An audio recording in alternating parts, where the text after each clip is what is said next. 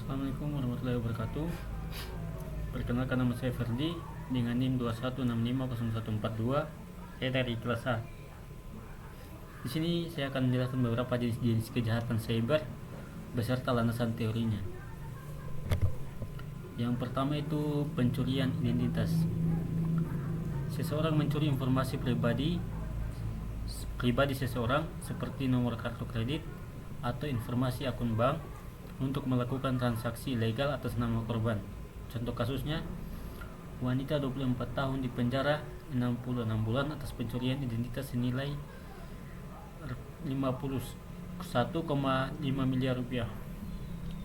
Pertama, di sini dikenakan pasal 362 KUHP Kitab Undang-Undang Hukum Pidana yang berbunyi, barang siapa yang mengambil barang sesuatu yang seluruhnya atau sebagian kepunyaan orang lain dengan maksud untuk dimiliki secara melawan hukum diancam karena pencurian. Sanksinya dengan pidana penjara paling lama 5 tahun atau pidana denda paling banyak Rp900. Kemudian kasus phishing. Phishing adalah upaya untuk mendapatkan informasi data seseorang dengan teknik pengelabuan. Contoh kasusnya, Bareskrim tangkap 13 tersangka penipuan link phishing.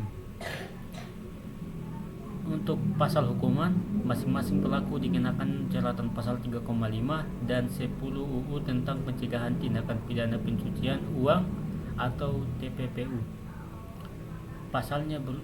Bunyi pasalnya pasal 3 UU TPPU, pasal 3 UU TPPU umumnya mengatur tentang tindak pidana pencucian uang dan menjelaskan bahwa setiap orang dilarang melakukan pencucian uang. Kemudian ransomware. Ransomware adalah jenis virus atau malware berbahaya yang digunakan untuk mengenkripsi data pengguna pada suatu perangkat komputer atau jaringan. Aksi ini umumnya bertujuan untuk memberikan keuntungan tertentu yang berupa uang atau pembayaran lainnya. Contoh kasusnya itu seperti kasus serangan ransomware di Indonesia. BI pernah jadi sasaran.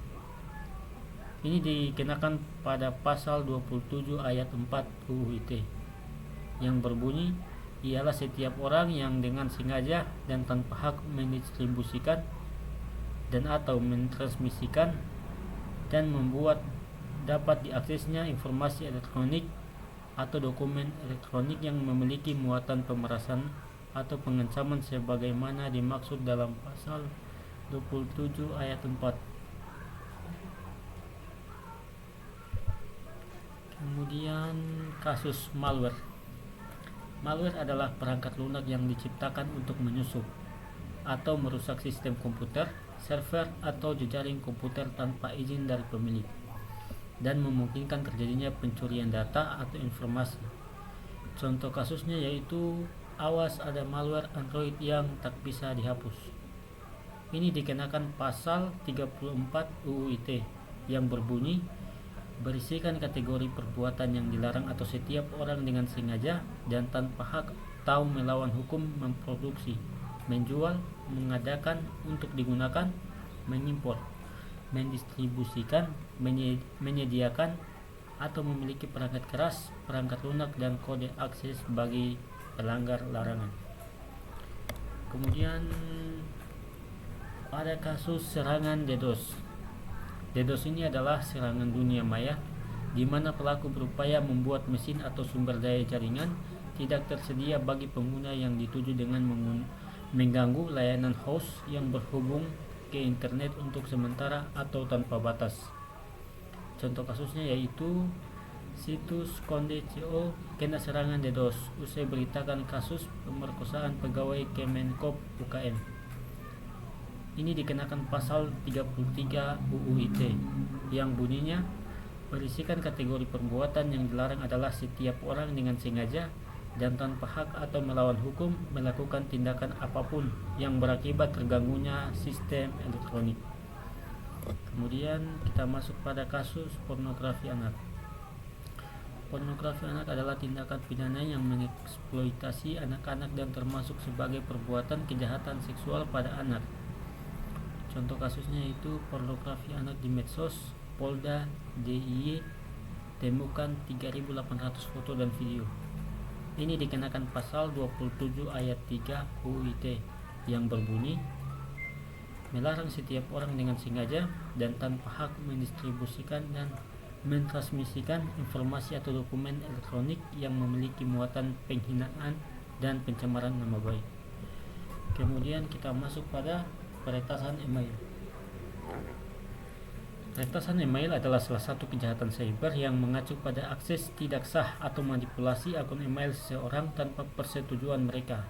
Contoh kasusnya yaitu peretas raup 58,8 miliar rupiah usai bajak email perusahaan ventilator.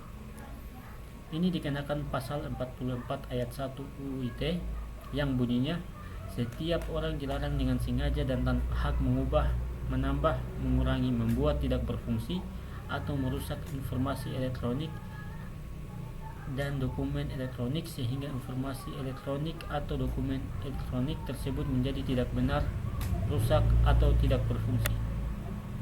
Kemudian kita masuk pada kasus pelanggaran privasi.